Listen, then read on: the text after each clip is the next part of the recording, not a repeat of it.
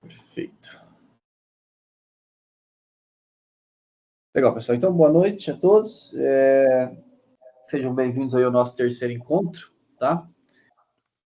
No decorrer dessa semana, a secretaria ali do PPGMN me informou que nós tivemos alguns alunos externos, enfim, que demorou um pouco para fazer a matrícula, enfim, alguns problemas lá. Então, temos alguns alunos novos, tá? Então, eu mandei um e-mail hoje à tarde, indicando como que vocês vão fazer para acessar o material do curso, tá? Eu vou mostrar aqui rapidamente para vocês, e aí a gente já começa aí a aula, a nossa terceira aula. Então, eu mandei o site lá para vocês, é o moodle.c3sl.fpr.br, né? Você não vai, já está logado aqui igual o meu, mas basicamente vai clicar aqui no acessar. Se você já tiver logado alguma vez, você pode usar a sua conta, senão você vai ver aqui, né, essa é a sua primeira vez, então basicamente vai criar uma conta, então vai entrar aqui com a identificação, uma senha e um e-mail para confirmar. Uma vez que você confirmou a sua entrada, né, você entrou, então você vai ser levado para a tela inicial. Na tela inicial, você vai ter que dar uma navegada aí e procurar por esse curso aqui, ó. Métodos computacionais para estatística e otimização, e ele vai aparecer lá um 24/01, alguma coisa assim, tá? E aí você vai clicar no autoescrever e vai digitar aquela senha lá que eu passei para vocês, que eu acho que é MCEO 2025, se eu não me engano é isso, tá? Eu mandei por e-mail. E aí você vai ver o material do curso aqui no Moodle, tá? Caso você não tenha acessado ainda, tá? Depois eu posso, no final da aula, ajudar aí, caso seja necessário, tá? O que você vai ter aqui? Então, aqui eu separei as aulas mais ou menos por módulos, tá? E tem aqui uma previsão dos dias que eu vou realizar aquelas tarefas, tá? Então, a primeira aula, que é a estrutura da linguagem R, eu fiz aí no dia 10 e no dia 17, tá? Até eu coloquei o link aqui, mas na verdade esse link tem que ser ali, né? Eu fiz errado. Aqui, esse é o link para o vídeo da aula, então foi a gravação aqui pelo Teams, e aqui tem outra gravação das duas aulas da estrutura da linguagem R, tá? Hoje nós vamos só fazer um finalzinho que ficou faltando aqui da estrutura da linguagem, vamos falar de funções, e aí depois a gente já vai para a parte de lidando com dados, tá? Então, todos os módulos, eles são iguais, então eles têm os meus slides e ele tem uma lista de exercício, tá? Que vocês vão me entregar nas datas específicas que está marcado aqui, tá? Entregar significa que você vai fazer um arquivo e vai subir aqui no Moodle, depois eu corrijo, tá? Para quem está entrando agora, depois nós podemos negociar umas reavaliações dessas datas aqui, enfim, porque vocês começaram agora, tá bom? Então, e basicamente a gente vai passando assim até lá no dia 5/5, que vai ser a minha prova, tá? E daí depois veio o professor Pécora fazendo a parte de Python com vocês. Então eu faço a parte de R e ele faz a parte de Python, mais ou menos metade, metade. Eu tenho um pouquinho mais de aula, porque eu falo um pouco mais dessa parte básica da programação, depois ele passa um pouco mais rápido em Python, porque vocês já viram e é muito parecido, tá? Professor, Então é isso. Oi. se você puder conferir esse link ali da entrega da lista 2, eu acredito que ele está com a data errada, está com a data do ano passado. Se puder Esse aqui, arrumar tá. depois. Vamos ver ele aqui já. Tá mesmo. A data do ano passado. Vou mudar aqui. 5.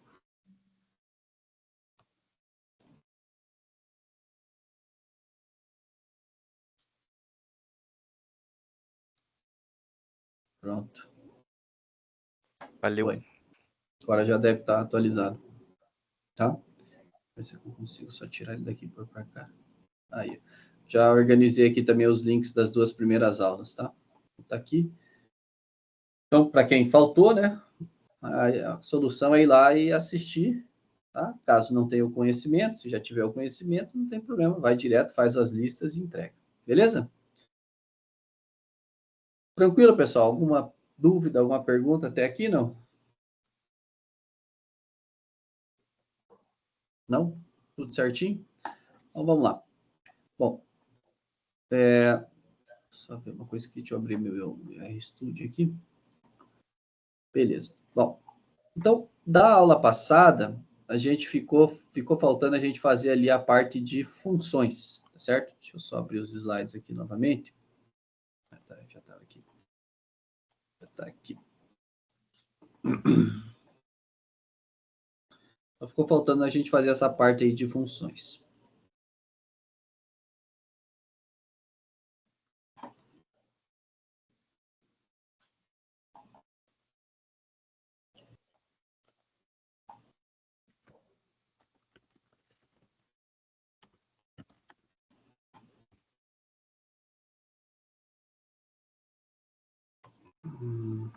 Bom, então qual que é a ideia? A gente já falou lá, então, a parte toda básica da estrutura de dados dentro do R, né? Nós falamos também as estruturas de programação, então if, else, switch, depois as estruturas de repetição, for, while, repeat, né?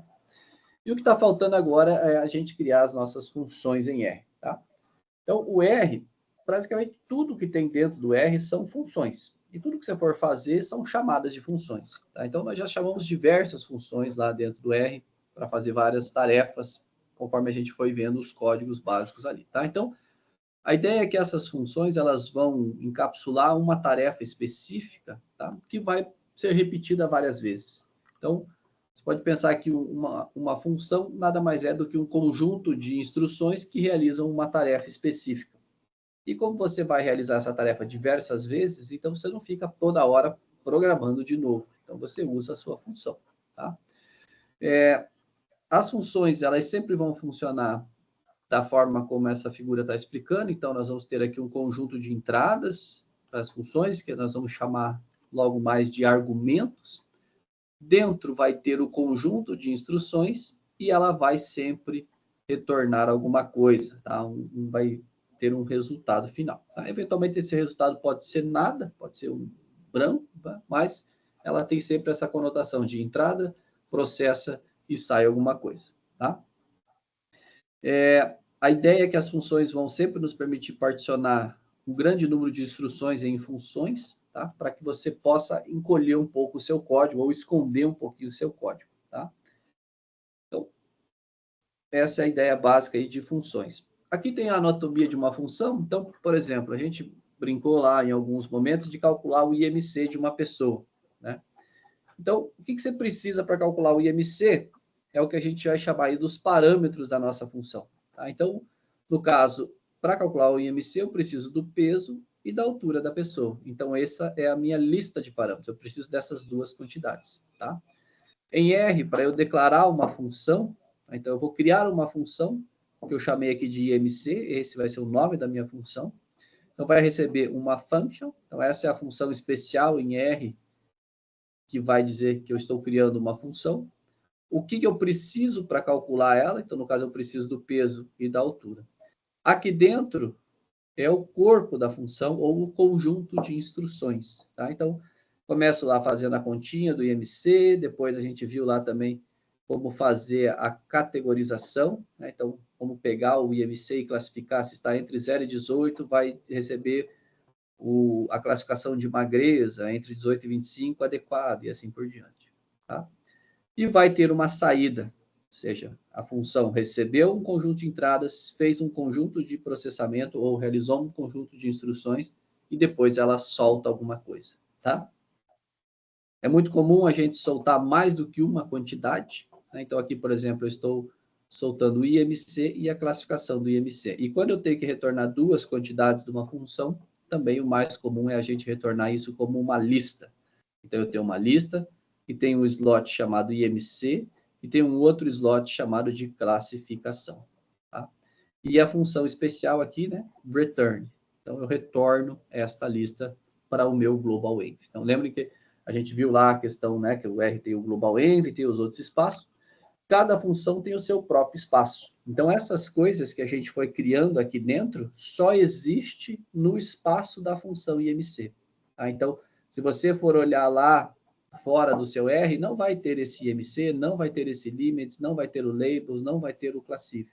Tá? O que vai ter é apenas a saída desta função, que se você jogar num objeto, pode dar o nome que você quiser, vai estar disponível no seu global env, senão simplesmente vai ser printado na tela. Tá? A gente já vai usar a função para vocês verem como é que funciona, tá? Bom, alguns cuidados aí para você que vai fazer funções, tá? Então, primeiro, sempre que eu vou fazer uma função, eu tenho que conhecer muito bem o procedimento que eu quero encapsular. E é muito normal você primeiro fazer um script, ir rodando passo a passo, entender bem o processo, para depois você encapsular, tá?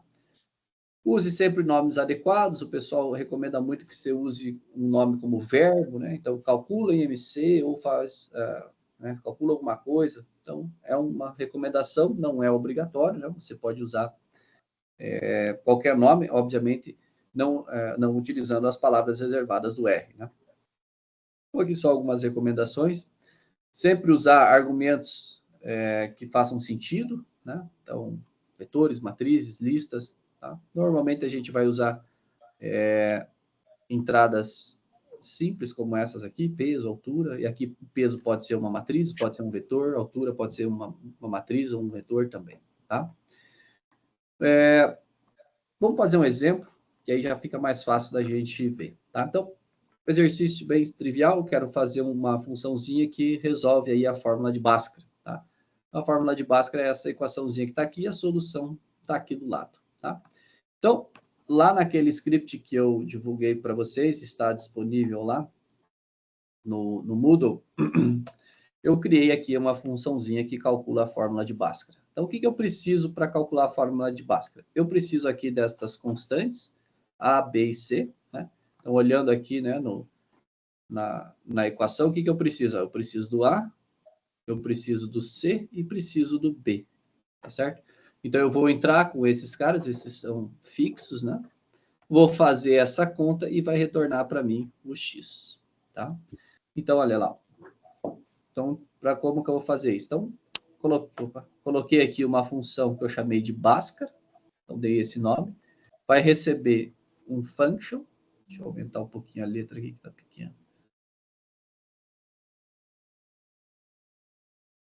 Então, vai receber uma função. O que eu preciso para calcular essa função? Preciso do A, do B e do C, tá certo? A estrutura começa sempre com uma chave e termina com uma chave.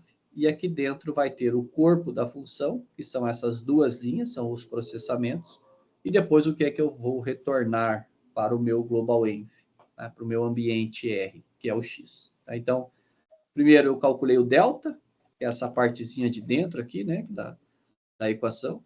Esse é o delta, e depois usei o delta aqui para calcular o restante da equação. Então, eu tirei a raiz quadrada do delta, dividi por 2A, e aqui, ó, importante, né, tem os dois sinais ali, o sinal positivo e o sinal negativo. Então, vou criar isso aqui no meu ambiente. Note que agora o meu ambiente tem uma função que chama Bhaskara, nós podemos listar o que tem no meu ambiente R, no meu caso aí tem a Bhaskara. Eu posso consultar coisas relacionadas à minha função, por exemplo, quais são os argumentos da minha função? Os argumentos são o A, o B e o C. Né? Uma outra forma é você usar essa função formals ali para ver, né? Então, eu preciso do A, do B e do C. Posso olhar o corpo da função também. Isso você pode fazer para qualquer função do R, com essa função body aqui. Tá? Então, qualquer função do R você consegue verificar o que tem implementada nela. Por exemplo, a função min, tem o método min, tá? E quando aparece esse use method aqui, é que normalmente essa função não é implementada em R, ela está implementada em outra linguagem, normalmente C, tá? Aqui uma outra função bem maior, bem mais complexa, né? Um conjunto de instruções bem mais longo, tá? Então, temos a nossa função, tá? E agora, eu vou só fazer uma ilustração aqui da curva, né? Só para vocês verem. Então, essa é a curva que nós estamos resolvendo, né? Essa equação que nós estamos resolvendo. Ela tem duas raízes aqui. Tá? Então, vou usar aqui o Bhaskara com A igual a 2, B igual a menos 3 e C igual a menos 3. E retornou aqui no objeto que eu chamei de X, e X é a minha solução. Vocês vão ver que o X está aqui, né? O menos 0,68 e aqui o 2,18. Tá? Então, só uma equação, a solução de uma equação bem simples, tá? Bom, algumas vezes que a gente vai implementar funções, pode acontecer algumas coisas inesperadas, tá? Que é o que a gente chama aí de eu preciso tratar as exceções, né? Por exemplo, Se o delta for negativo, né, olhando aqui para a equação matemática, né, você já saca que não dá para tirar a raiz quadrada de número negativo. Então, a função vai dar um crash, ela vai parar, vai dar um erro, né? Mas você pode tratar isso. Por exemplo, aqui, ó. Então, ó, eu vou calcular o delta. Se o delta for menor que zero, eu vou retornar um NA. Né? Não consigo calcular. Caso contrário, vou fazer o x, receber isso aqui, e vou dar um retorno no x. Então, é uma outra forma, um pequeno tratamento de exceção aqui. Então, por exemplo, aqui, ó, nesse caso, a combinação de A, B e C deu um delta negativo, então ele já disse lá, NaN, mensagem de aviso, raiz quadrada do delta produziu um NA, tá? No caso, quando eu usei a minha função Bhaskara 2, que tem o tratamento de exceção, ele simplesmente retornou direto o NA, porque eu caí dentro desse if que estava aqui, então eu já retornei direto NA, tá? Então, só para evitar aquele erro que ele deu lá em cima, tá? E assim eu posso incrementar mais a minha função, né? Fazer mais tratamentos de exceções, né? Então, por exemplo, se A for igual a zero, eu vou dar uma mensagem para o meu usuário, olha, o valor de A deve ser diferente de zero. E já vou retornar NA. Então, ó, já estou avaliando. Se o A for zero, né, dá uma mensagem para o usuário, no sentido de alertá-lo, falar, ó, isso aí não pode acontecer, e já retorna o NA. Caso não, calculo o delta. Se o delta for menor que zero, retorna NA. Se não, calculo o x. Então, só uma função um pouco mais elaborada, né? Então, se você rodar ela, vai dar NA. Aqui, claro, eu estou forçando, né? O A igual a zero. O valor de A deve ser diferente de zero, tá? Super importante usar essa função message aqui, ó, para printar coisas na tela do seu usuário, porque ela pode ser suprimida pela função suppress messages, caso ele não queira ver. Tá? Então, é uma prática comum em R quando a gente vai printar coisas na janela do nosso usuário. Tá? Bom, implementamos aí a nossa primeira função, uma implementação bem simples, né?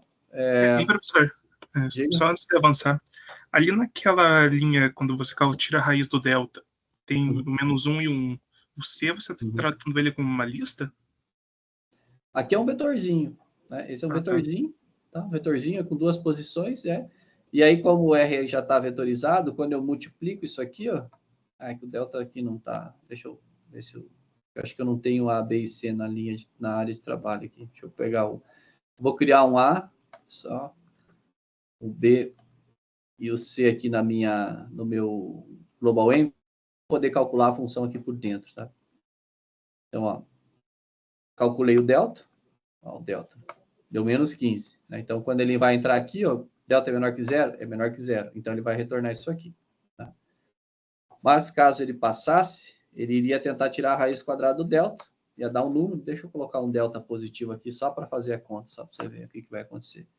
Então, ó, delta positivo, calculou, e agora eu vou multiplicar por -1 e por 1. Olha lá. Então, ele fez os dois sinais, né? Que é essa partezinha da equação aqui, tá vendo? Mais ou menos a raiz daquela parte ali, tá? Então, isso aqui é só um truquezinho para eu não precisar fazer duas vezes, né? Você vai fazer com negativo e depois fazer com positivo. Então, eu já faço tudo numa linha só.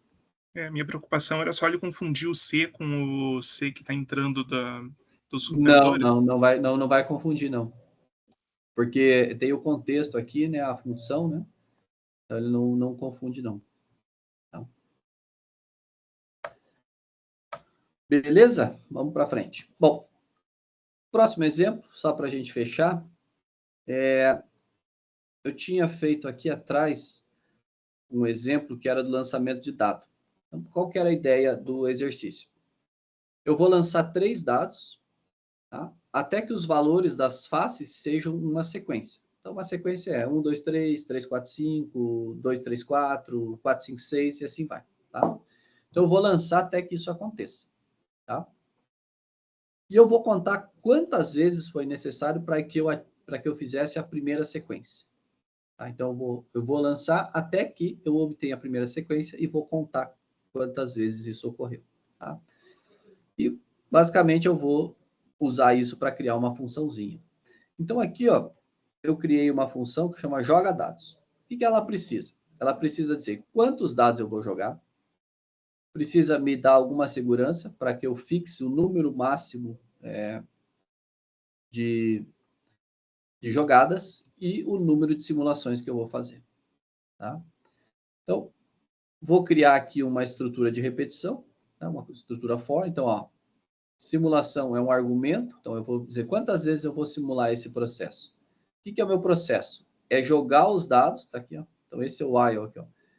Jogar os dados até que uma sequência ocorra. Então vamos fazer uma brincadeira aqui, vou criar aqui no nosso...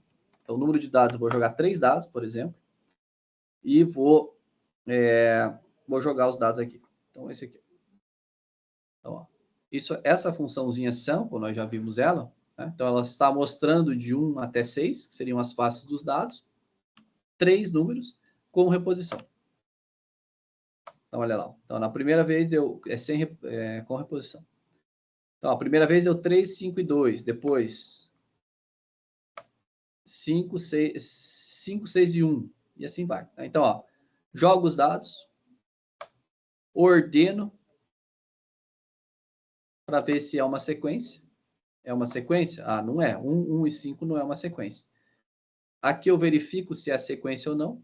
Como que eu verifico se é sequência ou não? Eu faço a diferença entre os valores ordenados. Se todas essas diferenças forem iguais a 1, quer dizer o quê? Que é uma sequência, né? Se não, não é sequência. Então, nesse caso, não é sequência. E aí eu marco aqui se é uma sequência ou não. Então, nesse caso aqui, não é sequência. E assim eu vou repetindo até que o número máximo de repetições de lançamento seja atingido, ou então uma sequência apareça. Tá? Eu vou jogar só essa primeira parte aqui, ó, só para vocês verem como é que fica. Deixa eu colocar o Nmax aqui. Vou colocar o Nmax aqui igual a 100. Acho que é tranquilo. Então vamos ver aqui. Então, tentativas recebe 1, né? Começar com a minha primeira tentativa. E eu vou jogar o dado. Já joguei. Vamos ver quantas tentativas foi necessário. Ah, foi necessário 2 tentativas, ele já conseguiu. Vamos jogar de novo. Deixa eu dar um print aqui Vou dar um print aqui no L1 ordenado, só para a gente ver o que ele está jogando. Enquanto eu vou jogar só essa partezinha aqui. Olha lá. Ó. Então, na primeira vez ele jogou 1, 5 e 6, 1, 2, 2, até que ele chegou aqui, ó, 2, 3 e 4. É uma sequência. Parou. Tá? Vamos ver quantas tentativas foram feitas. 19 tentativas. Tá? Então, ele teve que jogar 19 vezes o dado até ele conseguir uma sequência. Tá? Então, eu vou fazer isso. E vou repetir isso uma certa quantidade de vezes. Para quê? Para que eu possa ver quantas vezes eu preciso jogar o dado, em média, para chegar numa sequência. Tá? E encapsulei tudo isso aqui dentro de uma função. Qual que é a vantagem da função? Primeiro, eu consigo controlar os argumentos. Então, ó, eu posso trocar o número de dados, eu posso trocar o número máximo de repetições de lançamento aqui dentro do meu while, e eu posso também trocar o meu número de simulações. São argumentos que controlam aí a minha jogada dos dados. Tá? E agora eu vou jogar. Então, eu vou jogar aqui primeiro, ó, 3 dados. Tá? Fixei o número máximo de jogadas em 100 e o número de simulações em 1000. Então, vai jogar. Né? E aí eu posso fazer, por exemplo, calcular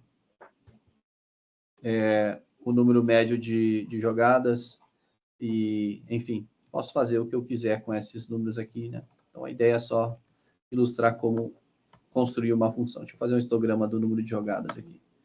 Então, olha lá. Então, esse é o histogramazinho do número de jogadas. Posso fazer um summary aqui, por exemplo. Jogadas. Então, olha lá. Teve desde que já na primeira eu consegui uma sequência e teve outras vezes que eu tive que jogar o dado 66 vezes até conseguir uma sequência. Na média, na mediana são 6 jogadas para conseguir uma sequência e em média são 8,73 jogadas, 9 jogadas para conseguir uma sequência. Tá? Bom, então aí tem foi uma outra função. Aqui alguns aspectos que eu considero mais avançados do uso de funções no R. Então aqui, por exemplo, a gente fez aquela nossa funçãozinha que calcula o IMC. né? Então, esta função aqui tem 2 argumentos, tá? E os argumentos não têm nenhum valor default, tá? Isso significa o quê?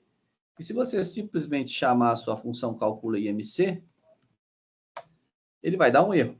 Ele está dizendo, ó, peso está ausente. Quer dizer, você tem que dar um número para o peso para ele poder calcular, tá? Então, aqui eu calculei com o peso 80 e a altura 1,80 m. Mas você pode especificar um valor default. Por exemplo, se o usuário não falar nada para mim com quanto é o peso, eu vou calcular com o peso 80. Então, vou criar essa outra função aqui, ó, que tem como default o valor 80 para o peso. Isso significa agora que eu posso usar a função sem falar nada com relação ao peso, e ele vai calcular com o peso 80. Claro que se agora eu vier aqui e colocar um outro peso, ele vai esquecer aquele peso 80 e vai fazer com o peso 70. Né? Ou com o peso 90, ou com outro peso qualquer que você queira. Tá? Mas se você não falar nada, por default, ele calcula com 80. Tá? Já falei para vocês algumas coisas de exceção, né? Então, aqui também tem. Então, ó, se a altura for menor que 0, pare. A altura deve ser maior que 0. Se o peso for menor que 0, pare. Se passou, calcula e faz aí todo o cálculo usual. Né? O bom de você retornar com o stop é que você já retorna a mensagem e ela já vem por default como sendo um erro. Tá vendo? Erro. E já te dá uma mensagem descritiva aí do que está acontecendo. Tá?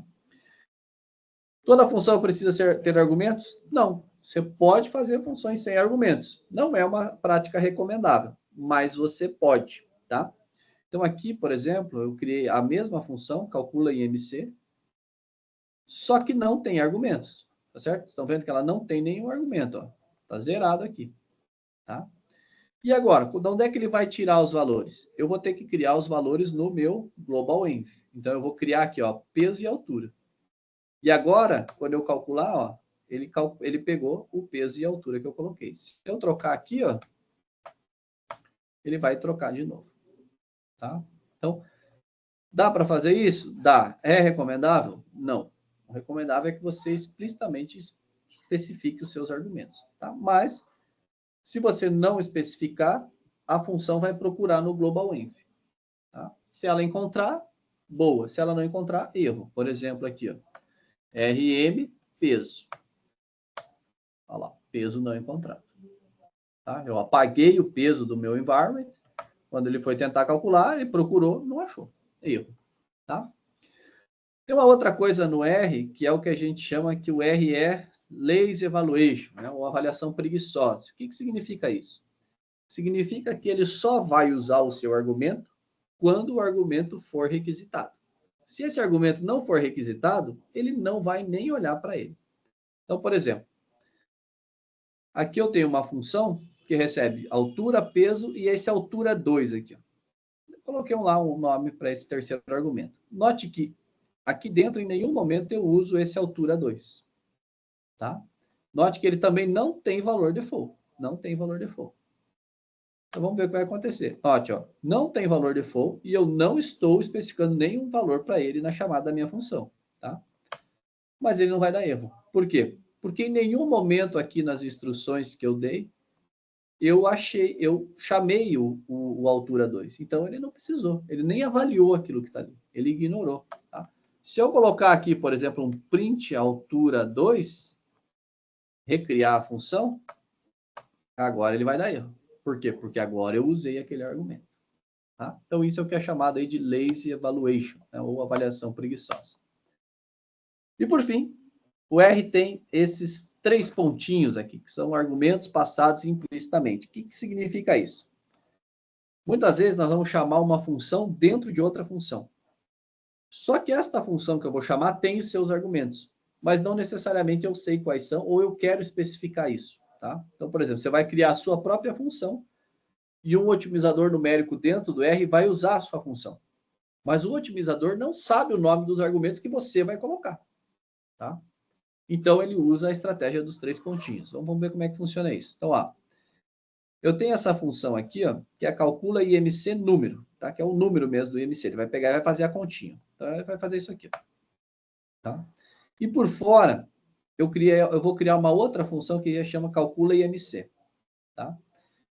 Esta função é uma function e eu não sei quais são os argumentos que eu vou passar para ela. Então, como eu não sei, eu vou passar esses 3 pontinhos aqui. E lá dentro desta minha nova função, eu vou chamar aquela função que eu criei em cima. Tá certo? Mas como eu não sei os nomes aqui, então eu também vou passar aqui como 3 pontinhos. Então, agora, tudo que eu passar aqui, nomeado, vai ser passado aqui também. Tá? E depois vou fazer as contas normais aqui para baixo.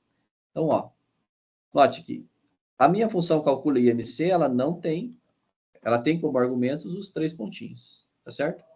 Isso significa o quê? Passe o que você quiser aqui. Então, eu vou passar peso e altura, tá certo? Quando eu passei peso e altura aqui para esse MC, o que ele fez? Ele pegou peso e altura, e aonde tinha os 3 pontinhos, ele passou peso e altura. No caso, passou o peso e altura para o calcula IMC número, calculou, e aí fez o restante das contas da forma usual. Tá? Então, é uma passagem de argumento implícita. Então, esse estilo de passada vai ser bastante utilizado quando você for usar as funções genéricas do R. Nós vamos ver mais para frente lá na parte de otimização. Tá bom? Então, essa foi uma rápida passada aí sobre funções em R, que ficou faltando lá do básico da estrutura da nossa linguagem, tá? Então, assim, resumindo, criar funções vão encapsular tarefas repetidas, né? Essas tarefas vão ter várias instruções, então, às vezes, a sua função pode ficar bem grandona, tá? Sempre vai ter um nome, os argumentos, a instrução e o que ela retorna. Procure usar nomes apropriados, faça tratamento de exceções, tá? Alguns aspectos avançados que a gente viu é questão de argumentos com valores default, tratamento de exceções, funções sem argumentos, mostrei para vocês, a questão da estratégia de lazy evaluation do R, e também o uso dos 3 pontinhos como argumento para passar argumentos entre funções implicitamente, sem que você diga quais são os argumentos. Beleza, pessoal? Então, perguntas até aqui? Dúvidas? Tranquilo? Bom. Professor? Sim. Para essa disciplina, a linguagem R vai ser a oficial ou a gente também pode usar a linguagem Python? Não, na minha parte só R. Python você vai usar na parte do Pecora. Entendeu? Tá, beleza. Então, 2 linguagens. R aqui, depois Python. Tá? Certo. Tanto que essas coisas aqui não tem em Python. Não tem como se fazer em Python isso aqui. Tá? Tem uma coisa similar lá no Python? Tem, mas não é igual. Tá? Bom, para finalizar o módulo, tem aqui a lista de exercício. Tá? Então, basicamente, aqui é construir funções que usam ou estruturas de condição, como o exercício 1, exercícios que usam estruturas de repetição, como esse aqui, funções, aqui no 3, aqui no 4, e aqui também no 5, basicamente são funções. Tá? Então, são esses 5 exercícios aí para a gente finalizar a parte de estrutura da linguagem R. Beleza? Ô, professor, só lá os dos 3 pontinhos lá, já ficou meio abstrato aquilo lá para mim. Tipo assim, se eu entrar com um argumento lá que eu deixar de entrar com um argumento lá que precisaria usar na função, ela dá erro, né? Sim, vai dar erro. É que é meio estranho para mim, eu não vi isso meio aplicado assim, porque para mim, assim, eu sempre que eu sempre que eu faço uma função, eu sei quais argumentos eu vou usar, né? Não deixo Não sabe. Por exemplo, ó, quando você pega uma função tipo a optinha, por exemplo, ó, quando você vai usar uma função, por exemplo, com a optin vai ter parâmetros iniciais e uma função que você vai passar para ela. Você vai passar uma função para outra função. Uhum. A função não sabe quais são os argumentos da sua função. E aí ela vai precisar disso. Vai precisar. Tá vendo aqui que tem esses 3 pontinhos aqui, ó? É para quê? Para que você possa dizer quais são os argumentos da sua função para que ela possa avaliar. Vai ter outras funções que são assim. A maioria das funções, por exemplo, a integrate, faz integração numérica no R. Integrate. Ó. Mesma coisa. Tá vendo aqui, ó? Ah, entendi. Eu pego Ela vai uma ter aqui, ó. Vamos fazer um exemplo. Vamos fazer um exemplo. FC recebe uma função de x. E vou colocar uma constante aqui, tá? Então, vamos supor que eu vou fazer umas coisas assim, ó, constante vezes x ao quadrado. Uma coisa trivial, né? Return isso aqui, tá? Isso é uma função, perfeito? Então, o que eu tenho aqui? Eu coloco o x, por exemplo, colocar o valor 1 e 2, né? Isso vai multiplicar pela constante que eu vou colocar como 10. Vai retornar para mim ali o 10 e o 40. Entendido? Agora, suponha que você quer integrar essa função aqui. Eu quero integrar em x. Tá certo? Quero integrar essa função em x. Então, eu vou fazer assim, ó. Integrate. Quem eu quero integrar? A função fc. Tá certo? Só que, você entende que o primeiro argumento da função é justamente quem eu quero integrar. Aqui eu vou somar fora. Então, quer dizer, a integrate vai passar valores para o x. E para a constante? Que é esse outro argumento que está aqui. Ela não sabe qual é o nome desse argumento. Ela não sabe. Se você tentar fazer uma coisa assim, ó, vamos passar aqui um lower igual a 1 e é para integrar de 1 a 2, sei lá. Nem sei se isso aqui faz sentido, mas tá. Olha lá. Tá vendo? Ó? Erro em função, argumento constant ausente, sem padrão. Ele não sabe o que é esse argumento. Mas se eu passar aqui agora constant igual a 1, por exemplo, integrou. Tá certo? Mas eu usei um nome qualquer, a função não sabe qual é o nome. Por isso que ela precisava de um espaço ali em branco para que você pudesse dizer qual é esse nome. E esse espaço em branco, entre aspas, é aquele 3 pontinhos. Por exemplo, se eu chamasse de um outro nome aqui, em vez de constante, eu vou chamar de eu. Coloco eu aqui. Pronto. É um outro nome, né? Se eu avalio, poderia usar isso. Agora, claro, se eu usar o constante, ele vai dizer, ó, não utilizar. Não tem esse argumento lá na minha função. Mas se eu usar o nome que eu usei lá, ó, aí ele calcula. Entendeu? Não, perfeito, esclareceu. Então, é para esse tipo de coisa, vamos dizer assim, para esse tipo de passagem de argumento que serve os 3 pontinhos. Tá? É uma passagem, quando você fala assim, ó, o que o usuário me mandar, você passa. Entendeu? E passa onde? Passa onde eu coloquei os 3 pontinhos. Então, aqui eu estou falando, ó, o que o usuário me passar, você passa aqui. É claro que o usuário tem que passar certo. Se não passar certo, vai dar erro. Pronto. Tá? Beleza. Vocês vão ver bastante esse tipo, né? Por exemplo, a integrate, as funções de derivadas numéricas, as funções de otimização numéricas, todas elas usam esse estilo de avaliação. Por quê? Porque você pode escrever a tua função do jeito que você quiser. Só que você vai ter que dizer para elas, ó, esse argumento é tal valor, esse argumento é tal valor. Tá? Beleza. Mais alguma pergunta nesse caso aqui, pessoal? Não? Beleza. Então, vamos para frente. Agora sim, iniciando então o conteúdo aí desse nosso módulo, né, o módulo 2. No módulo 2, nós vamos começar a trabalhar com dados, né, dados no sentido, dados tabular, no R, tá? Deixa eu só fazer um negócio aqui. Visualizar, eu queria visualizar tela cheia aqui, que não está mostrando. Aqui. Deletar isso aqui. Beleza. Bom, dentro do R, nós temos várias formas de você lidar com dados tabulares, tá? Nós já vimos uma lá nas estruturas básicas do R, que é o data frame, tá? E foi utilizado por muitos e muitos anos o data frame. Eu usei, talvez aí por uns 10, 12 anos, a estrutura de data frame, até que alguns anos atrás surgiu uma nova forma de fazer isso, uma forma mais, vamos dizer assim, fácil e mais, a sintaxe mais intuitiva, tá? Que foi criada quando criaram esse conjunto de pacotes aqui, o chamado Tidyverse, tá? Então, eu vou mostrar essa abordagem mais baseada no Tidyverse para vocês. Tá? Então, o Tidyverse ele é um framework para análise de dados dentro do R, tá? Mas manipulação de dados dentro do R. Ele tem alguns princípios, né? Os chamados princípios do Tidyverse, e nós já vamos ver o que eles são, mas basicamente é que os dados estão organizados num formato que ele chama Tidy, né? Observações nas linhas e variáveis nas colunas. Tá? Esse é o princípio dele, parece meio óbvio, mas nem sempre é. Tá?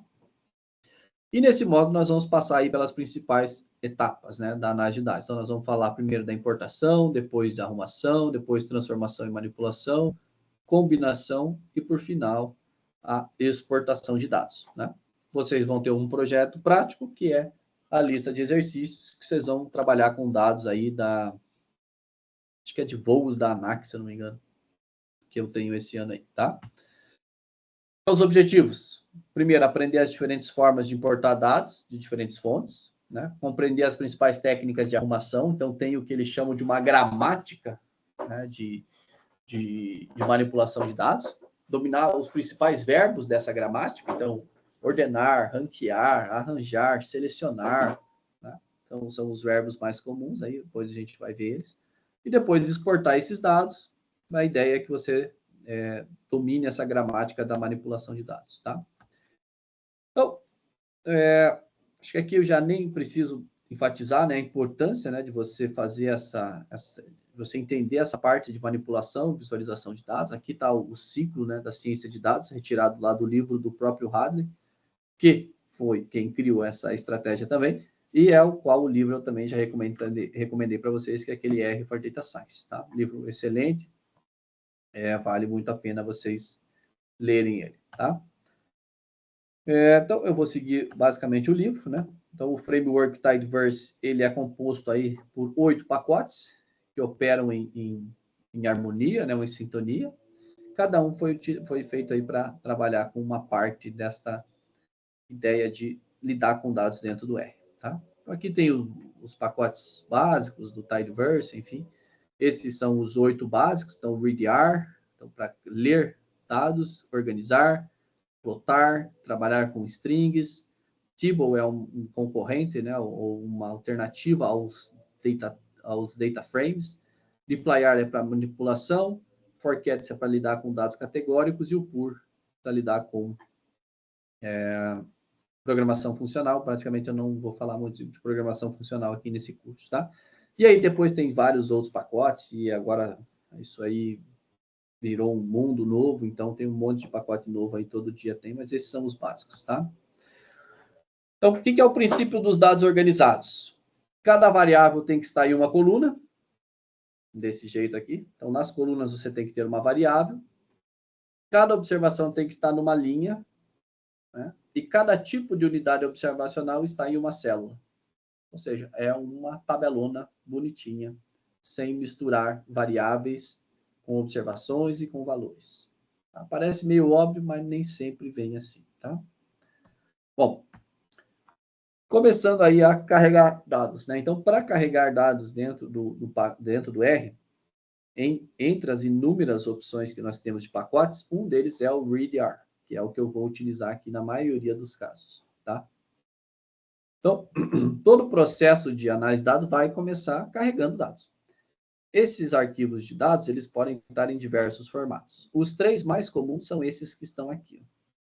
Então, ou você vai ter um arquivo em texto pleno.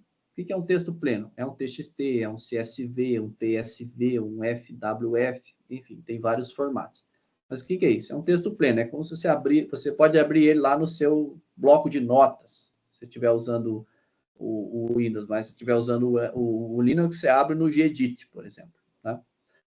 Ou, então, uma planilha eletrônica, né? Então, o mais comum aqui seria uma planilha do Excel, né? Um arquivo XLSX, mas pode ser outro, pode ser um OpenOffice, pode ser uma GNU Numeric, enfim, é uma planilha eletrônica.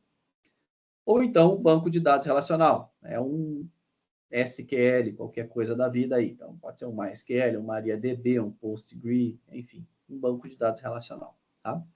Então, o R tem recursos para carregar dados de todas essas fontes e de várias outras, né? Então, eu nem falei aqui de JSON, de páginas HTML, nem falei de outros formatos que também estão virando mais populares agora, também podem, mas eu vou focar nesses 3 aqui, porque são os mais comuns, os mais utilizados também, tá?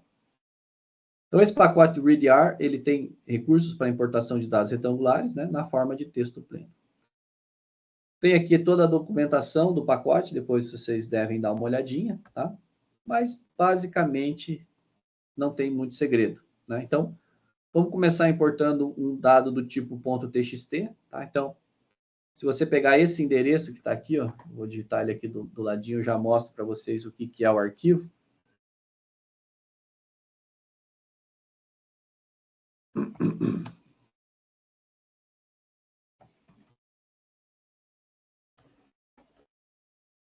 Então, se vocês forem aqui na minha página, né, nessa página que está indicando ali, vocês vão ver que tem alguns conjuntinhos de dados aqui. Tem uns artigos em PDF aqui, mas esses não é para vocês nesse momento. Então, aqui, por exemplo, eu tenho esse anovareg.txt. Olha só o que ele é. Ele é esse arquivinho de texto aqui, que é um conjunto de dados. Então, tem as colunas, ó, cultivar, dose, bloco, índice, né? E tem os valores, né? Então, quero ler esse conjuntinho de dados aqui para dentro do R. Então, não tem muito segredo. Eu vou carregar o pacote, tá? Deixa eu abrir aqui o script 2. Que também está lá para vocês, né? Aqui eu não tenho R+SQL instalado. Você vai instalar isso agora. Depois eu instalo isso. Então, carregou o Tidyverse, né? Especificou a URL do arquivo que você quer ler, tá? No caso aqui, ó, como eu já sei que o meu TXT está separado por espaço, né? Cadê? Não fechei, será? Fechei. Ah, fechei o arquivo. Oh, sacanagem. Deixa eu mostrar ele de novo aqui para vocês.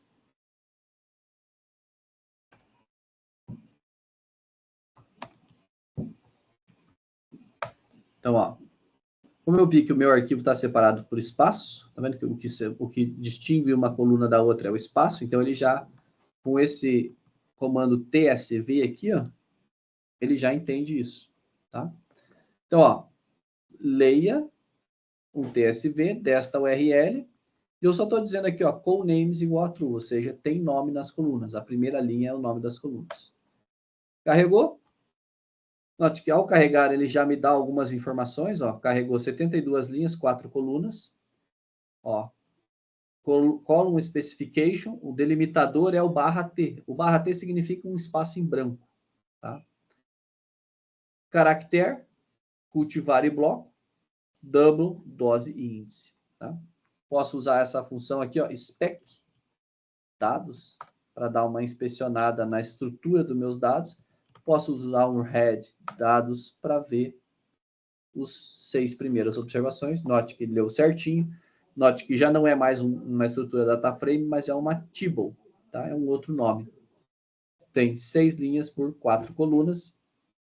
A estrutura cultivar é um caractere, dose é um double, bloco é um caractere e índice é um double, tá? Então, carregou esse conjuntinho de dados aí, bem simplesinho, só para a gente ver como é que funciona, tá?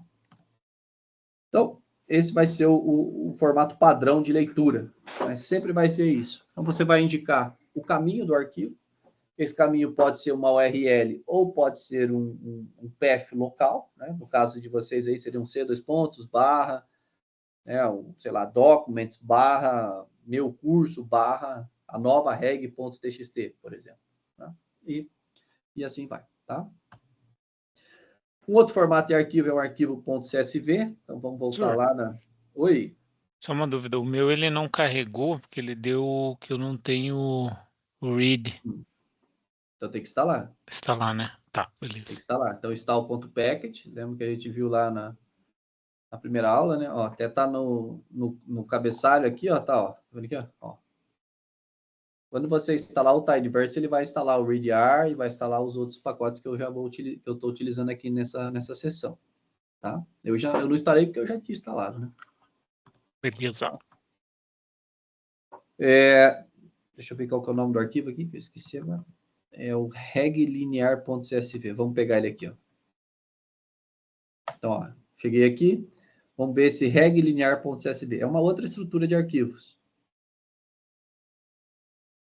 Ele baixou para mim. Vamos ver aqui que ele baixou.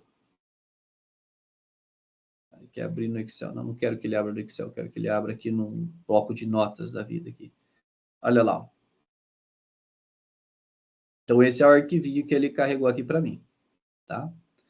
Vou carregar ele dentro do R. Então, vamos lá de novo. Aqui, reg linear. Então, a URL, né? Então, esse é o caminho. E, ó, agora eu usei a read underline table. Então, read underline table, carregou. Tá lá o conjuntinho de dados. Tá? Então, tem duas colunas só, eu chamei x e y, as duas são numéricas. Tá? Posso importar também uma tabela, por exemplo, do Excel. Tá? Para tabelas do Excel, precisa desse pacotezinho especial aqui, que é o readxl. Tá? Também tem que instalar, caso você não tenha instalado. Tá? Então, ó, tá aqui as instruções para instalação. Tá? O readxl não lê direto da web. Tá? Ele não lê direto da web. Então, você vai ter que primeiro fazer o download e depois carregar. Tá? Deve ter outra opção que carrega direto, mas eu costumo usar o readxl, ele funciona super bem e eu quis manter ele aqui. Tá? Então, ó, dei a URL e aqui também já fica um comando legal para vocês. Esse comando get aqui, ó, ele faz o acesso à internet, a esse URL, tá vendo? A essa URL, e fala, olha, escreva em disco o arquivo xlsx que você encontrou lá nesse lugar. Então, ele salvou para mim localmente. Ao salvar localmente, ele vem aqui e carregou para mim a planilha.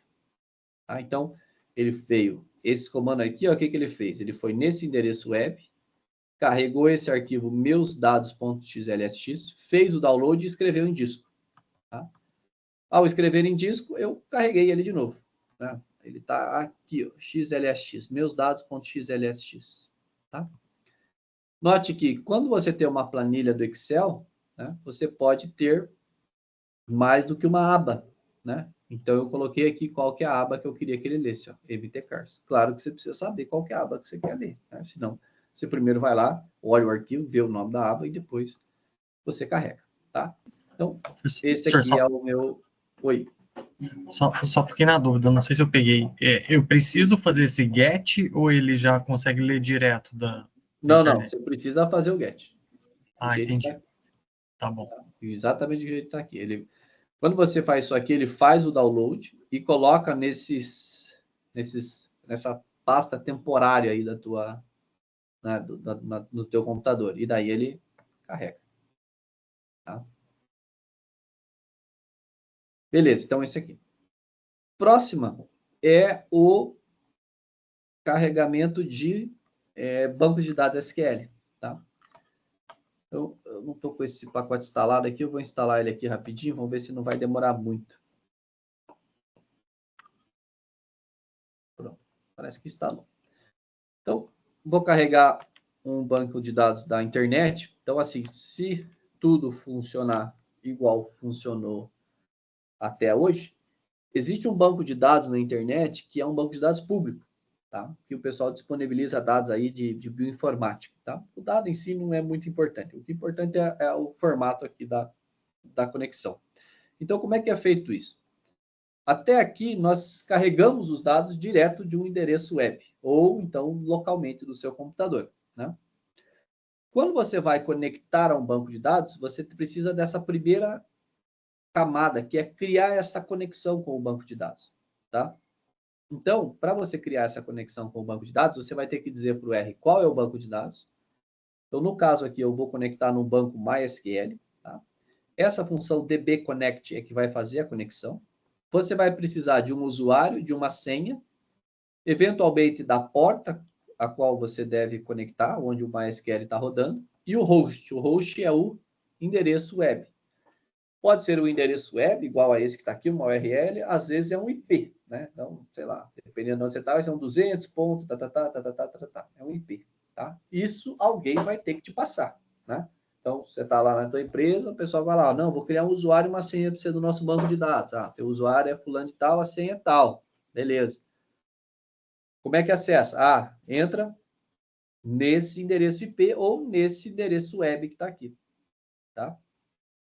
Se o banco de dados tiver mais do que um banco de dados, tem que falar também qual que é o nome do banco de dados que você quer carregar. Então, essas informações aqui tem que vir aí do seu gestor de banco de dados. Tá? Perfeito. Carreguei. Então, eu vou primeiro conectar. Conectou. Então, ele deixou eu autenticar lá. Tem uma conexão. Uma vez que eu tenho a conexão, agora é o básico de banco de dados. Então, por exemplo, eu posso listar as tabelas. Então, esse banco de dados é um banco de dados bem grande, tem mais de 60 tabelas. Né? Eu posso, por exemplo, listar os campos que tem na tabela Keywords. Então, eu vou falar, olha, liste os fields, né, os campos, no banco DB, na tabela Keywords. Então, vamos listar. Pronto. Então, eu só estou olhando. Eu estou olhando lá no banco de dados como é que as coisas estão. Eu ainda não trouxe nada para o R. Mas eu quero carregar, então. Agora eu quero fazer essa importação para dentro do R. Então, beleza. Então, eu vou fazer, olha. Eu vou pegar lá do meu banco de dados, né, o banco DB, e vou aplicar esta query, que é uma query bem simples, tá? Não é o meu interesse aqui para você explicar SQL, mas basicamente ele está falando assim, ó, selecione todo mundo da, né, from keywords. Então, pegue tudo que tiver na tabela keywords. É o que esse comando aqui está dizendo para você. Tá? Então, ó, eu vou mandar essa query ou esta consulta ao banco DB. Né? O resultado eu vou juntar aqui e vou colocar numa tabela que eu chamei de TB. Como é que vai demorar um pouquinho, né? Porque ele está fazendo essa conexão com o banco de dados, então tem a internet, enfim. Mas ele retorna para mim uma tabelona. Né? Posso até dar um view aqui nesse TB, só para vocês verem, uma tabela bem grande. Olha lá. Esse aqui é um banco de dados genético, então tem um monte de coisa de genes, enfim. Tá? Mas não muda nada, é uma tabela. As variáveis estão nas colunas e as observações estão nas linhas. Tá? Uma vez que você conectou, você quer fechar a sua conexão, então você tem que dar um DB disconnect. Então, eu desconectei do banco de dados. Tá? Então, rapidamente aí passamos pelas 3 principais formas de você importar dados para dentro do R. Arquivos de texto pleno, nós fizemos 2 exemplos, TXT e CSV, planilha eletrônica, um arquivo XLSX, e um banco de dados relacionais. Tá? Então, no caso, eu usei o MySQL, mas o mesmo sistema vale para todos os outros. PostgreSQL, proprietários, né? PostgreSQL, o SQL Server da Microsoft, enfim, todos funcionam igual. Tá? Todos têm drivers, o R tem drivers para conectar com todos esses bancos de dados. Tá? Perfeito. Bom, aqui nesse link, depois vocês podem clicar lá no PDF, vai um cartão de referência de importação de dados com o pacote WDR. Então, tem muitas outras formas de você importar dados aí para dentro do R. Beleza? Bom, falamos da primeira etapa, que é importar. A segunda etapa às vezes eu vou precisar dar uma arrumada nos dados. Né? Para quê? Para deixar ele naquele formato tidy. O que é o tidy? Variáveis nas colunas, observações nas linhas. Tá? Então, algumas coisas que podem acontecer. Às vezes, pode acontecer de você ter variáveis nas colunas. Por exemplo, aqui eu tenho um conjunto de dados que tem cidades, né, os nomes das cidades, e eu tenho aqui o ano, que é uma variável, mas ela está na coluna, tá vendo? O nome da coluna é um dado importante, porque ele é o ano a qual aquela observação ocorreu. Então, eu não quero que as coisas sejam desse jeito. Eu não quero ter variáveis como nome das colunas. Eu quero que as variáveis estejam nas colunas. Eu quero uma coluna com o título ano e os valores aqui. Entende? Então, eu posso querer pegar esse dado que está num formato aqui que a gente chama num formato wide, né, um formato largo, mas eu quero empilhá-lo. Né? Então, eu quero transformar ele num formato longo. Tá? Então, isso é a função aí que a gente chama de uma pivot longer. Então, eu quero transformar isso, pegar o que está nas colunas, criar uma nova coluna como o nome dela e empilhar tudo certinho, né, para ficar nesse formato que está aqui. Ó. Isso vai ser extremamente importante para quando nós formos usar filtros, né? Porque, por exemplo, eu quero filtrar só quem é de 2011. Como é que eu faria aqui, né? Aqui eu teria que pegar esta coluna. Aqui não, aqui eu faço um filtro onde o ano é 2011.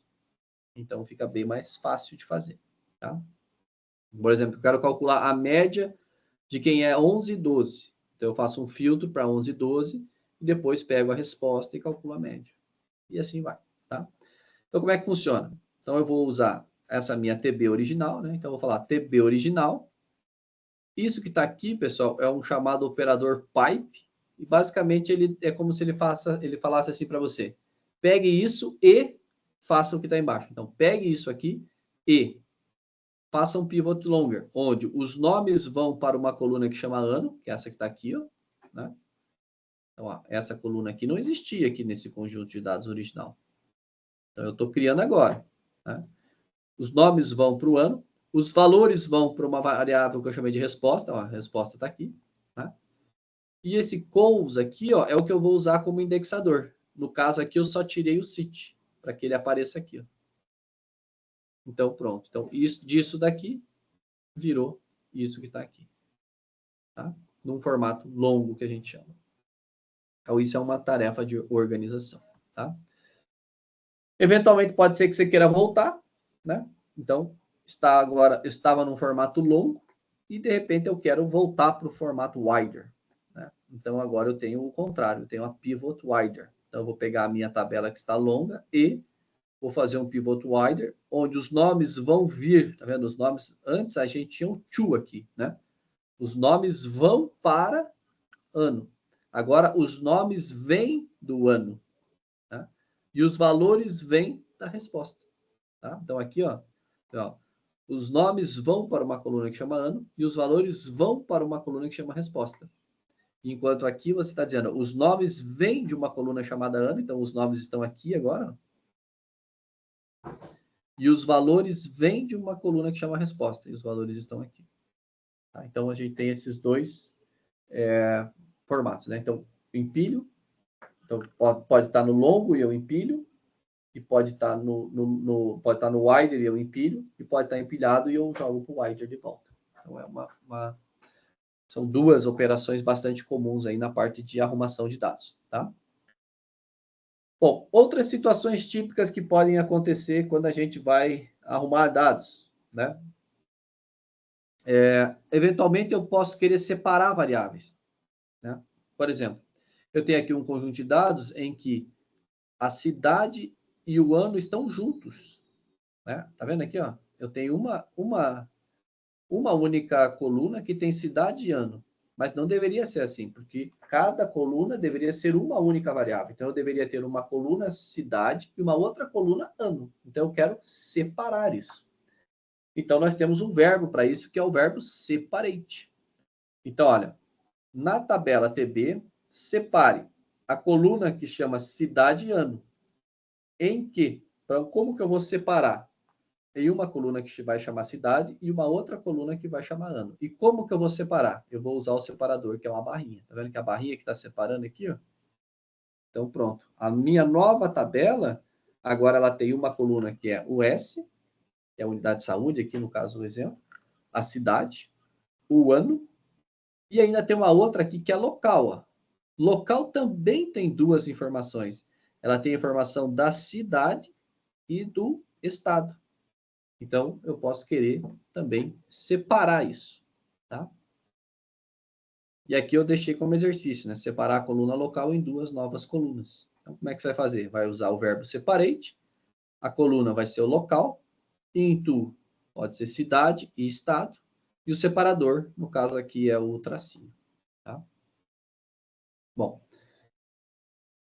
pode acontecer o contrário também, pode acontecer de você ter coisas separadas e você quer juntar para fazer uma nova, né? Então pode ser que você tenha dado algumas colunas separadas, mas eu quero juntar para fazer uma nova. Por exemplo, eu tenho aqui, ó, uma coluna para o dia do mês, uma coluna para o mês e uma coluna para o ano. Então eu não quero assim, eu quero falar, ó, dia 1º/3/2018. Então eu quero juntar, né? Então, em R, a gente tem a função unite. Então, eu quero juntar Eu vou criar uma coluna que chama data, eu vou usar como separador a barra, e quem eu vou juntar? Eu vou juntar as colunas dia, mês e ano, tá? Esse remove é se eu vou remover as variáveis originais ou não. Nesse caso, não vou remover, eu vou mantê-las. Então, aqui, ó, eu criei uma coluna que é uma data, e tem, ó, 1º/3/2018, que antes estava separadinho aqui em 3 colunas, tá?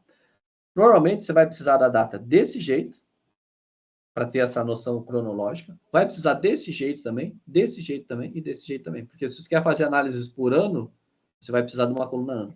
Se você quer fazer comparações mensais, você vai precisar de uma coluna mensal. Quer fazer comparação por dia do mês, você vai precisar de uma coluna dia, tá?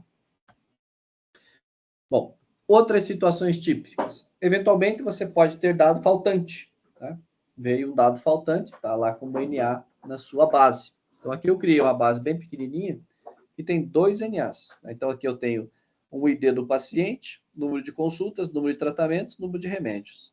Mas para o primeiro paciente, eu não sei o número de tratamentos nem o número de remédios, porque ele não fez nenhuma consulta até agora. Então, eu posso querer imputar algum valor aqui que faça sentido prático. Note que tem que fazer sentido prático esse valor, né? Então, tem uma função aqui no nosso Tidyverse, que é a replace NA. Tá? Então, eu quero trocar o NA. Tá? E como é que eu vou falar? Vou falar, ó, no meu conjunto de dados, aonde tem NA, nestas 2 colunas, tratamento e remédio, recebe 0 e recebe 0. Então, ele colocou um zerinho aqui e um zerinho aqui. Tá? Note que, obviamente, tem que fazer sentido, né? Você substituir o NA por 0 ou por qualquer outro valor que você queira colocar aqui. Tá? Se quisesse pegar a média, professor, ali, ou a média. Você calcularia a média antes, a média vira um número, você passa esse número aqui. Ah, entendi. Tá? Então, você poderia colocar aqui min, aí TB, dólar, NTRAT, por exemplo. Né? Você seleciona a coluna e calcula a média. Note que, quando você fosse calcular a média aqui, ó, lembre que você tem que remover o NA. Né? Então, min, vírgula, NA.rm igual a true para ele não. Senão, se calcular... Lembra que eu falei lá no comecinho lá que o NA é contagioso, qualquer operação com NA vira NA. Né?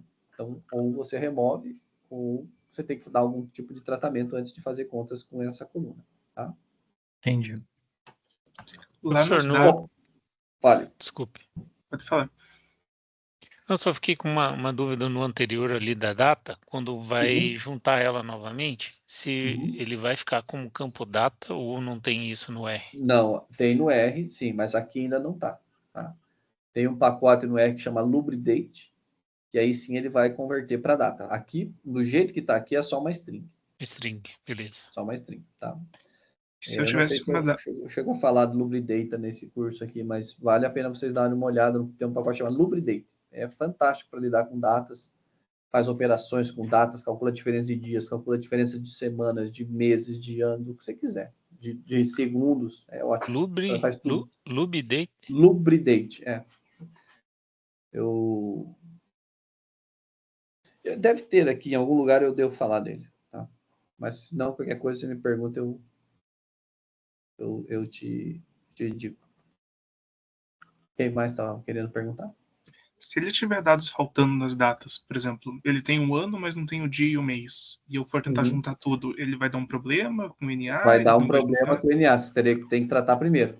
É esse pacote aí mesmo que o Marco Antônio Miranda colocou ali. Fantástico. Podem usar, muito bom. Fantástico. Ele extrai também, ele pega a data, extrai o dia do mês, pega a data, extrai o dia da semana, pega a data, extrai o mês, extrai o ano, enfim. É muito bom. Também funciona com hora, né? Hora, minuto, segundo. Enfim, muito bom. Tá? E sim, você teria que tratar primeiro, né? Você teria que colocar alguma coisa aqui de referência, senão na hora que ele for juntar, ele vai juntar com o NA, vai dar NA, ele vai dar erro. Tá? O que mais, pessoal? Tranquilo até aqui? Tá? Bom, então falamos disso. Aqui também tem um cartão de referências aí do TidyR, que o TidyR é que faz essa arrumação, né? Tidy, né? Do inglês de arrumar. Tá? Bom, vamos passar agora para a parte de manipulação. Tá? Então, Da mesma forma que a gente tinha alguns verbos lá, né? Então, tinha o verbo separar, o verbo unir, né? Aqui o verbo replace. Aqui também a gente vai ter vários verbos na parte de manipulação de dados, tá? Então, o pacote dentro do Tidyverse que faz a manipulação de dados é o dplyr, tá? E aí ele vai ter vários comandos aí, tá? Então, o dplyr talvez é o pacote que vocês mais vão utilizar no dia a dia quando estiverem lidando com dados, porque ele é o que faz toda a manipulação, tá? Toda a parte de exploração de dados é com ele que vocês vão fazer, tá? Então, ele tem alguns verbos, tá? Tudo dentro do dplyr são verbos. Então, por exemplo, o verbo arrange, né, de ordenar, selecionar, mudar, né, ou mutate, slice, de fazer fatias, rename, para renomear, filtro, para filtrar, summarize, para resumir, tá? Ele tem alguns sufixos aqui, que é o at, if, al, que é para você especificar, se for tal coisa, faça isso, né? Eu já vou mostrar exemplo disso aqui. Grupamento, tá? Então, grupo by significa faça por. Então, faça por ano, faça por mês, faça por isso, por aquilo, por aquele outro, tá? Então, nós temos aqui os verbos básicos, né? A manipulação. O agrupamento. Quando eu quero juntar dois conjuntos de dados, então eu tenho as junções, então inner join, full join, left join, tá? E também tem algumas funções resumos. A N é que faz a contagem de distintos, pegar o primeiro, pegar o último, pegar o enésimo, e aí tem vários outros, tá? Tem muitos mais comandos do que esses aqui lá no dplyr, mas esses aqui com certeza fazem aí o dia a dia da maioria de quem trabalha com ciência de dados, né? Sabe que a parte de organização, manipulação e limpeza é fundamental. E, basicamente, a limpeza é feita com muita manipulação de dados, tá? Bom, para ilustrar todos os verbos, eu criei um conjunto de dados aqui, que é um conjunto bem simplesinho, mas que permite eu ilustrar todos os verbos, tá? Então, é um conjunto de dados de notas de alunos, então eu tenho aqui um número de matrícula, o nome do aluno, o nome do curso, nota na prova 1, na prova 2, na prova 3 e o número de faltas, tá? Então, é um conjunto bem pequenininho, que dá para a gente ver toda a parte de manipulação de dados aqui com ele, tá? Bom, então aqui eu só estou fazendo uma criação aqui, no caso eu estou criando por colunas, né, usando um table, né? Posso usar também um tribble para criar ele desta forma aqui, talvez fica mais fácil de ler, né, de ver a criação, tá? Mas no final das contas o que eu tenho é uma coisinha como essa que está aqui, tá? Então eu tenho aqui uma basezinha básica, que eu chamei de DF1, e depois eu tenho uma outra DF extra aqui, que eu vou usar para mostrar como fazer junções. Note que eu tenho informações diferentes. Aqui eu tenho matrícula, nome, curso e as provas e faltas. E aqui eu tenho a matrícula, o nome, a idade e se ele é bolsista ou não. Então, são outras informações que eu chamei ali de um DF extra, tá? Bom, começar pelo básico, né? Então, quero ordenar. Então, vai ser assim, ó. Pega o conjunto de dados DF1 e o que eu quero que faça e em qual coluna. Então, eu quero que arrange, ou seja, organize, né? Ordene por prova 1. Então, ele pegou aqui e ordenou por prova 1 de forma crescente, tá? Então, pôs a nota menor no começo e a nota maior no fim, tá? Posso usar mais do que uma coluna para fazer a ordenação? Claro que sim. Então, ó, pegue o DF1 e ordene por prova 1 de forma crescente e por faltas de forma decrescente. E depois ainda selecione só as colunas nome, prova 1 e faltas. Então, olha como você consegue encadear várias operações, uma dentro da outra. Então, ó, pegue o DF1 e ordene por prova 1 de forma crescente, por faltas de forma decrescente, e selecione as colunas nome, prova 1 e faltas. Então, tá lá. Então, ordenou aqui, ó, por prova 1, forma crescente, por faltas, né, do menor para o maior, tá? E note que não mostrou mais todas as colunas, mostrou só as colunas que eu selecionei, nome, prova e faltas, tá? Então, esse é o poder aí da gramática do dplyr. Você vai falando o que você quer que ele faça, tá? Posso selecionar a coluna pelos nomes. Então, quero selecionar as colunas nome, prova 1 e faltas, igual eu tinha feito antes, mas eu também posso selecionar pela posição. Selecione a posição 2, posição 4, posição 7. Tá? E no caso aqui é a mesma, né? Só para eu mostrar. Posso pegar slices, então posso fatiar pelo número de linhas, por exemplo. Pego o DF1 e pegue as linhas de 3 a 5. Então, as linhas de 3 a 5. Pegue só a fatia da cabeça, né? A fatia do topo, com N igual a 3. Então, pegou só os 3 primeiros. Pegue só a fatia da cauda, com N igual a 3. Então, pegou só os 3 últimos. Normalmente, a gente usa para dar uma investigada como é que os dados estão organizados, né? Posso fazer um select também, posso selecionar, por exemplo, pegue no DF1 e selecione se for numérico. Então, estou selecionando só as numéricas aqui. Então, ó, essas numéricas. Eu posso negar isso aqui, né? Is numeric. Então, selecione só aquelas que não são numéricas. Então, vai selecionar só as que forem caracteres ou não numéricas, né? Fatores, por exemplo. Tá? Filtros. Tá? Filtros vão entrar aquela ideia de operadores lógicos que nós já vimos, né? Então, maior igual, menor igual, maior ou menor, igual ou também diferente, né? Então, aqui, ó, para filtros, DF1 e filtre prova 1 maior que 90. Então, ele vai pegar só quem tem prova do DF1, só quem tem nota maior que 90, na prova 1. Posso fazer uma conta e selecionar por essa conta. Então, estou fazendo uma conta aqui que é, pegue a prova 1, mais a prova 2, mais a prova 3, divida por 3 e pegue só as que tem maior que 80. Então, ó, DF1 e filtre quem tem esta média maior que 80. Então, ele me trouxe aqui essa média maior que 80. Posso filtrar com o igual. Então, por exemplo, quero só os alunos do curso de matemática. Só matemática. Quero só estatística e prova 2 maior que 80. Então, eu posso também combinar duas colunas usando aqueles operadores que nós vimos lá no comecinho do curso. Tá? E aqui tem outros exemplos, né? Posso filtrar quem tem NA. Não? Então, por exemplo, pego o DF1 e filtre se tem NA na prova 2. Posso fazer por grupos. Então, esse operador aqui, ó, quer dizer, está contido em... Então, pegue aonde o nome é João ou Pedro.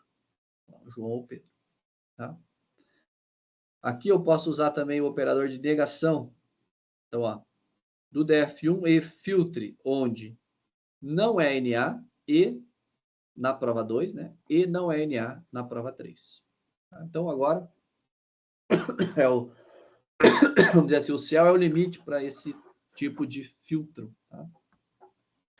Posso renomear. Então, aqui tem o verbo rename. Né? Então, vou renomear. Onde era mate vai ficar matrícula, onde era nome vai ficar nome, curso e assim por diante. Tá? Então, tá aqui. Ó. Então, renomeado, né? Então, posso fazer uma realocação pelos nomes. Então, posso trocar as ordens, né, das colunas, se eu quiser. Então, posso pegar aqui, ó, vou pegar ó, de P1 até P3, depois as faltas. E o resto que eu não declarei, ele colocou depois. Né? Posso colocar antes de alguma coisa ou após alguma coisa. Então, por exemplo, ó, reallocate mate e nome após a última coluna. Então, ele pegou a última coluna e colocou aqui o mate e o nome ele colocou depois dessa, só que não está aparecendo porque ficou muito estreito. Tá? Então, é uma realocação. A gente pode criar uma nova variável usando a função mutate. Então, por exemplo, eu tenho aqui o DF1 e troquei tudo que era NA nas provas por 0. Né? Para quê? Para que faça sentido eu calcular uma nova coluna que chama média. Então, ó, pego o DF1 e mutate, ou mude ele, né? Crio uma coluna chamada média, que é igual a P1 mais P2 mais P3 dividido por 3. E imprima na tela. E aí ela está aqui embaixo. Tá? Posso pegar essas notas e fazer uma classificação para elas, por exemplo, ó, eu quero fazer os breaks aqui, ó, de 0 a 40, de 40 a 70 e de 70 a 100. Então, ó, eu vou pegar a média e vou fazer os cortes. Aonde? Nesses breaks. E quais serão os labels? Baixa, média e alta. Então, agora, ó. E ainda peguei aqui o DF1, selecionei só a média e a classificação. Então, ó, média 83, classificação alta. Média 75, alta e assim por diante. Então, ele tem essa estrutura de e fazendo uma operação em cima da operação que acabou de ser feita, sempre usando esse operador pipe aqui. Tá? No anterior ali, deu um replace P1 por 0? Aqui? Não entendi. Isso. Então, o que ele fez? Ó? Ele foi lá na coluna P1 e aonde era NA, ele colocou 0. Ah, NA, beleza. Isso. Aqui, ó, tá vendo? Esse tem esse verbo, ó, replace NA. Tá vendo? Eu faço a troca, né? NA. Aonde? Em P1. Qual o valor? Põe 0. Tá? P2, qual o valor? Põe 0. P3, qual o valor? Põe 0. Entendeu? Se ele encontrar o NA, né? E se ele encontrar o NA, ele vai pôr 0. Se ele não encontrar, não vai fazer nada. Tá? Bom, resumo e sumarização. Tá? O que é o resumo? Eu quero, por exemplo, fazer médias ali da nota da prova 1, da prova 2, da prova 3, mas eu quero fazer isso por curso, por exemplo. Tá? Ou quero fazer algum tipo de combinação.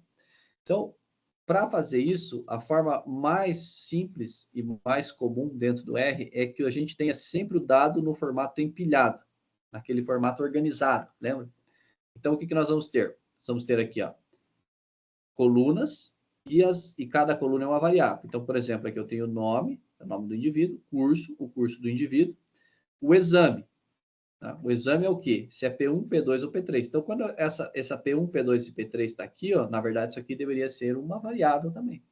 Então, está aqui, ó. Exame é uma variável. E aí, qual é a nota? A nota é essa. Tá?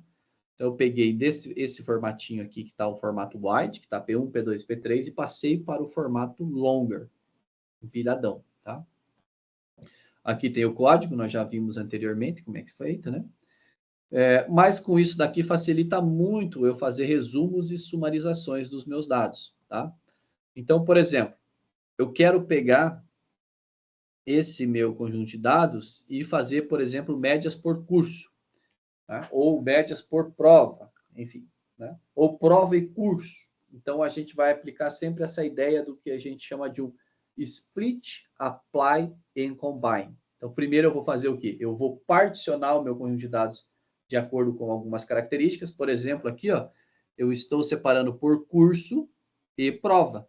Então, ó, eu tenho aqui, ó, estatística, prova 1, matemática, prova 1, estatística, prova 2, matemática, prova 2, estatística, prova 3, matemática, prova 3. Então, eu primeiro fiz o split. Com o split, eu aplico uma função sumarizadora. Pode ser, por exemplo, calcular uma média, calcular uma soma, qualquer coisa. Então, eu fiz um apply. Olha lá. Então, eu apliquei daqui, ó, eu passei por uma média. Então, essas 4 observações viraram uma só. Mesma coisa para matemática, mesma coisa aqui para P2 de estatística, mesma coisa aqui para P2 de matemática, e assim vai. E depois eu pego essas intermediárias e junto em uma só. Faço uma combinação, que é uma sumarização. Então, eu faço um split, eu aplico uma função sumarizadora e depois eu combino para mostrar tudo numa tabela só. Tá? Então, esse é o formato padrão aí. E é também por isso que fica claro que nós precisamos que esteja nesse formato aqui. Ajuda muito na parte de split, apply e combine. Tá? Por exemplo, então, quero fazer um resumo por uma variável. Então, eu quero pegar aqui, ó, eu vou pegar meu conjunto de dados e quero agrupar por curso e quero calcular uma média. Então, eu vou ter uma média por curso, ó. Estatística e matemática. Então, o que eu fiz? Peguei o banco de dados, fiz um split por curso, curso estatística, curso matemática. E aí eu combinei o curso, fiz um apply, né? No apply é o que? A média da estatística, média da matemática, e depois combinei para ter uma matrizinha que tem estatística e matemática. Tá? Posso combinar por mais do que uma variável, mais do que uma coluna. Então, quero combinar por curso e prova e sumarizar. Então, ó, pegue o conjunto de dados, agrupe por curso e prova. Note que esse group by é esse split aqui, ó, né? E depois combine. Desculpa, primeiro o apply, que é para calcular a média, e depois combina para juntar tudo numa só. Então, tá aqui, ó. Então, ó, estatística prova 1, média 60. Estatística prova 2, média e assim foi. Tá? Eu posso calcular mais do que uma medida resumo. Então, aqui, por exemplo, eu calculei a média e calculei o desvio padrão. Então, vai ter a média e desvio padrão. por curso, estatística e matemática, né? Posso calcular também a média, o desvio padrão e o coeficiente de variação. E note que interessante, tanto a média quanto o coeficiente de variação eu criei aqui em cima. E eu já posso usar na mesma chamada para calcular uma outra quantidade. Não preciso fazer um passo intermediário para primeiro criar e depois fazer outra transformação. Já faz tudo numa só. Tá? Algumas medidas resumo. Então, aqui a gente tem as somas, né? As quantidades de observações que aquela variável apareceu. Né? Então, aqui, por exemplo, pega o DF e agrupe por curso. E sumarais. Então, resuma. Número de alunos é isso aqui. Conte o número de alunos. Tá? Outra opção é simplesmente você usar a função count aqui. Conte. Né? Posso fazer isso por cursos? Posso. Olha lá. Então, group by curso, conte a classificação. Então, ó, na estatística tinham 2 notas baixas. Na estatística tinha uma média. E assim vai. Tá? Então, posso fazer essas combinações agrupadas e fazer esses resumos. Tá? Temos aqui também um cartão de referência. Eu passei aí as principais, né, os principais verbos aqui. Eu sei que é muito verbo, mas assim, conforme vocês vão fazendo a manipulação, ele vai ficando muito natural. É uma gramática muito natural de você falando o que você quer que faça, né? Agrupe por curso e resuma. Tá? Resumir o quê? Quero resumir o número de alunos, resumir a nota prova. Então, resumir como? Com a média, com a soma, com o desvio padrão ou outras coisas. Tá? Novamente, eu deixo aqui o cartão de referência do dplyr, que tem muitas funções. Tá? Vou parar por aqui hoje. Tá? A próxima semana a gente volta aí falando das combinações de dados. Então, basicamente é fazer os joins, né? Como que eu pego 2 conjuntos de dados e junto eles por uma chave referência. Tá? A lista 2 é para a semana que vem? A lista 2 é para a semana que vem? Não, eu vou... que dia que é hoje? 24 hoje? Tá como 31.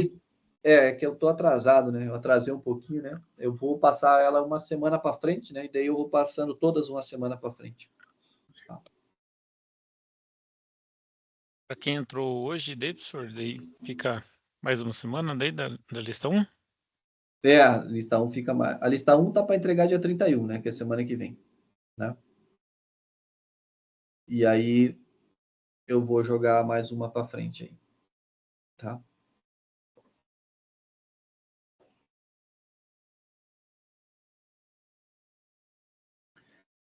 Tá ótimo. Beleza, pessoal? Tranquilo? Bom, agora não tem muita escolha, vocês têm que praticar, tá? E o exercício que está lá é justamente para isso, né? Deixa eu só me lembrar aqui uma coisa. Então, aqui no módulo 2, vocês têm esse conjuntinho aqui da ANAC, né? E, basicamente, essas perguntas que estão aqui, ó, vocês vão traduzir elas todas para aquela linguagem ali do dplyr. São perguntas simples, né? Quantas empresas nacionais e internacionais operam no mercado brasileiro? Então, você vai fazer o quê? Vai fazer um group by... Lá deve ter alguma coluna que diz assim, estádio, ou país, alguma coisa assim, né? E daí vai fazer um resumo. Nacional tem tantas, internacionais tem tantas, vai contar. Né?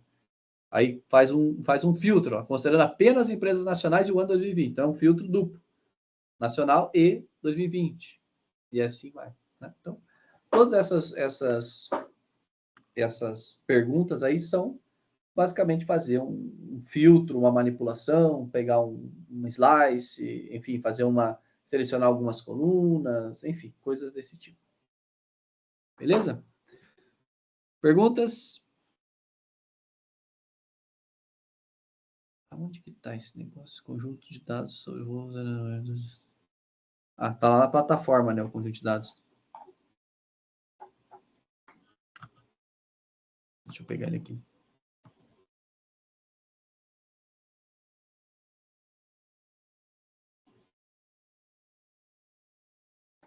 Ué.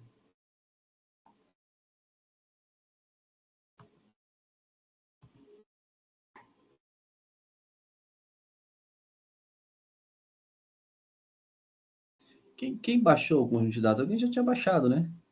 Quem que foi que baixou? Eu que baixei. Eu baixei também. Onde é que você baixou? Arquivo clique aqui. chamado, tem um link aí, ó, no seguinte endereço, segunda linha. É que eu não tô aqui. Aí. Eu não tava. Tinha me esquecido que eu tinha feito isso. É o primeiro. Beleza. É o primeiro, exatamente. É um conjuntinho de dados grande, né? Tem 1 milhão e poucas linhas. Isso. 1 milhão e Tem poucas linhas. muitas linhas. Bastante próximo aí da realidade. Eu não vou baixar aqui porque eu não vou usar ele agora. Beleza, pessoal? Fechou então? Nos vemos semana que vem. Mesmo link agora, né? Sempre a mesma chamada. E aí amanhã, depois eu coloco lá a gravação da aula, tá? Mas agora que vocês têm acesso ao Teams, aqui no Teams fica disponível imediatamente após a aula, já fica o vídeo ali, tá? Fica ali na parte de documentos e recordings, tá? Fechou, pessoal? Fechou. Valeu, professor. Boa noite. Valeu, Valeu, professor. Boa noite. Valeu, professor. Boa noite. Tchau, boa noite. Então, professor, boa noite.